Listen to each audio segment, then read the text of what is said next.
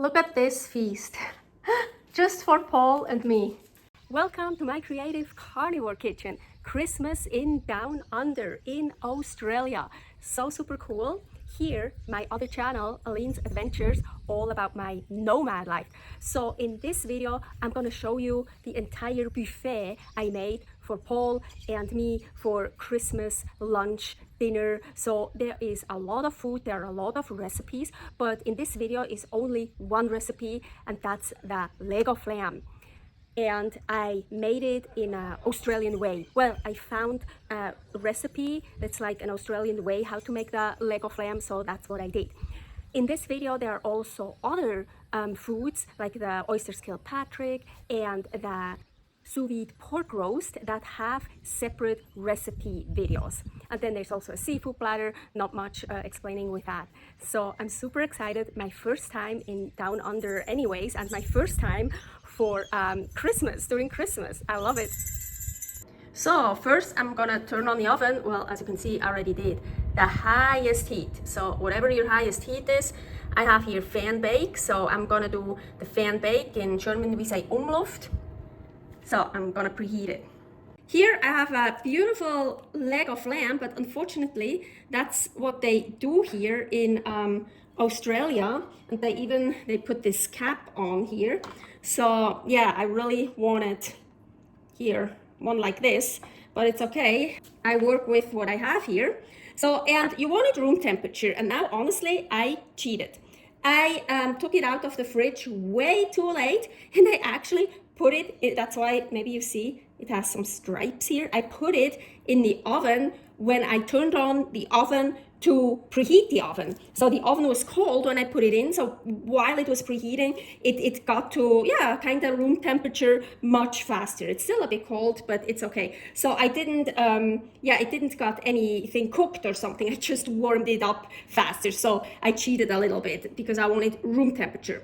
So now I have a knife here, just sharpened it, hopefully. Yep, it's sharp enough. So I want to make incisions everywhere. So also here. Well, yeah, there's the bone, but still, you can still make like little incisions into the skin. So when you have the bone, it's really almost just the bone. I do it like this, because this is not gonna do shit. So I still have a little bit, an incision of salt, lots of salt. I'm using, I think, no. In here is rock sea salt, 100% pure sea salt, Australian owned and manufactured. Cool.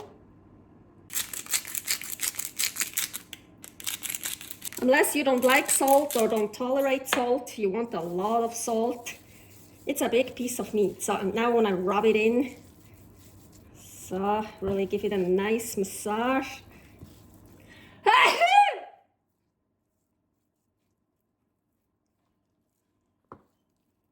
So the oven is preheated, the highest.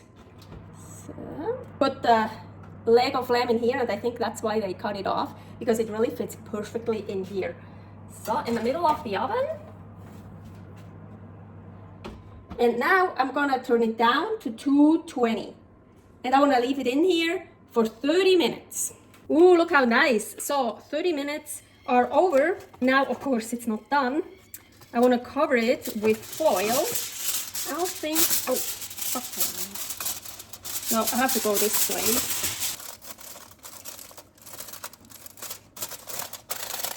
I was able to cover the lamb with the aluminum foil, put it back in.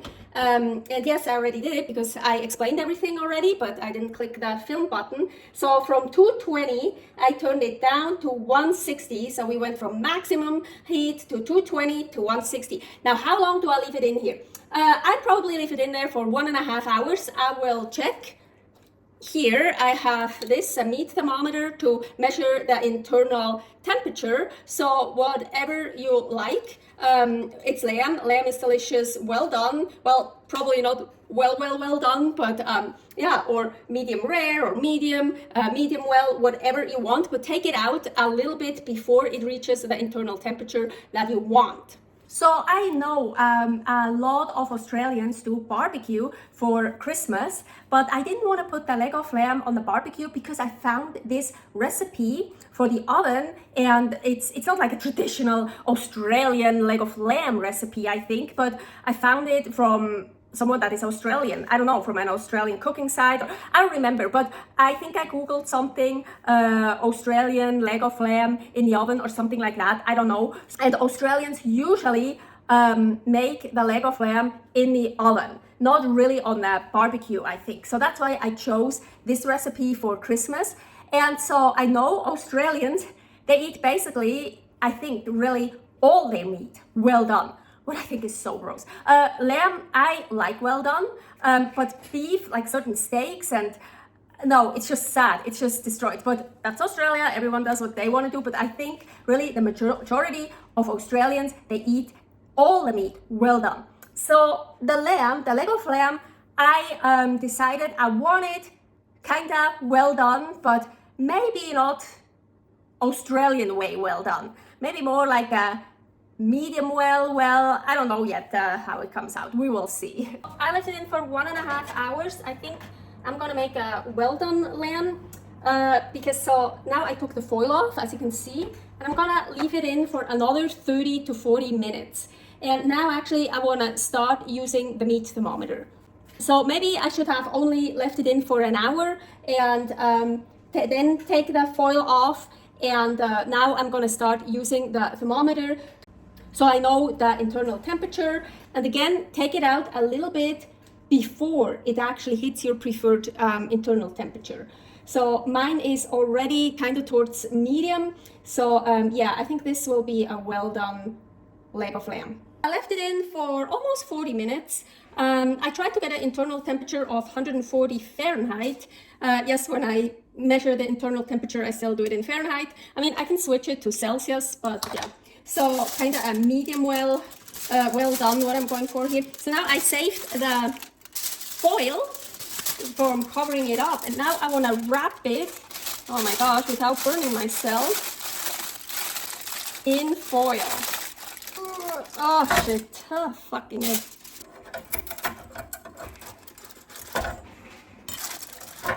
Okay, got it. Ooh, it's a bit hot, but it's okay.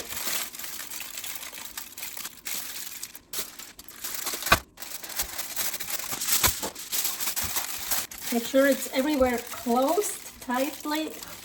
Now I want to leave it like that for 15 minutes. I probably leave it a little bit longer, just until we are ready to eat. The sous vide ham, we also had that for our Christmas feast, but I made it actually not with a sous vide, but with a slow cooker. Yes, so here is that recipe. And again, I loved it, and Paul is just not a fan of it. But Paul is not a fan of ham in general anyways, but I absolutely loved it. Ooh, I see all this nice juice and fat. I want to keep all that.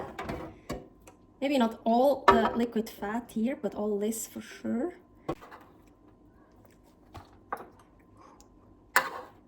Oh yeah, love that.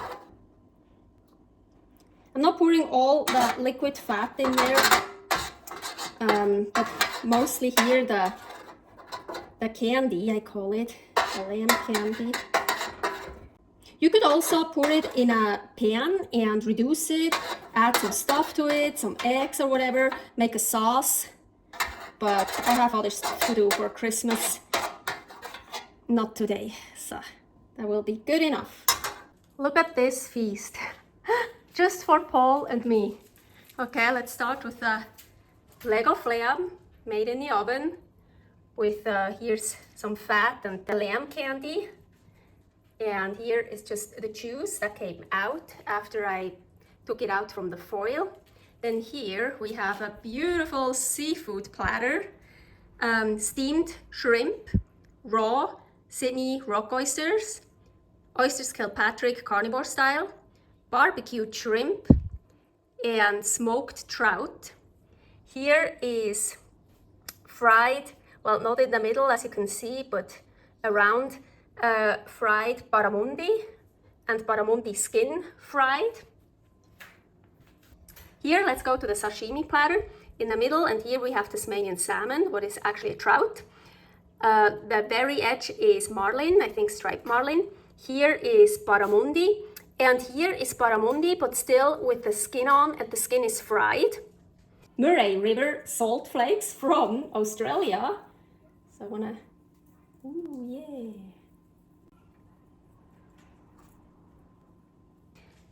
Then here we have the ham that I sous vide for 8.5 hours. Looks nice. And then of course I seared this here.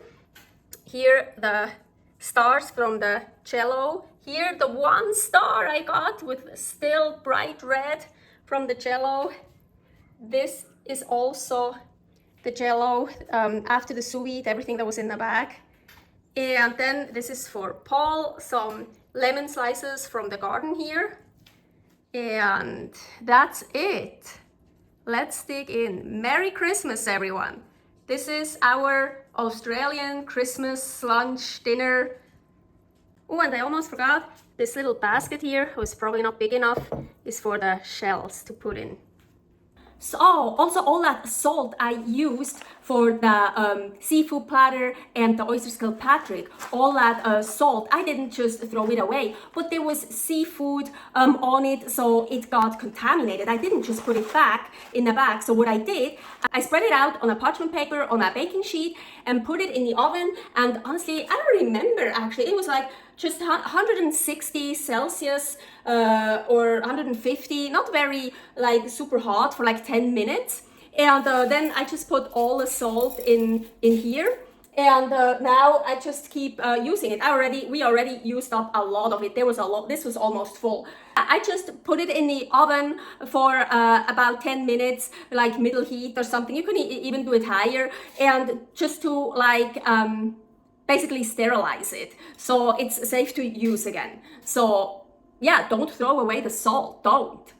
What a Christmas feast we had. Oh wow. So the lamb, it was great. It was well done, but not overdone, and maybe a tiny bit less than well done. It was totally juicy. It was delicious. I loved it, of course, with the fat, with the lamb candy, with all the juices. We really liked it. So I feel this recipe for a leg of lamb is really great. And what I did afterwards, unfortunately, I don't think I took any pictures, no. So after like 3 days, we ate all of the lamb meat, almost all of it. So I just had the bones. I put it in the oven and roasted it very well, so that it got all nice and crispy, and I could gnaw off all that delicious meat from it. And I love gnawing from the bone. So I really advise you to do the same. So delicious. So, but we didn't just have the leg of lamb.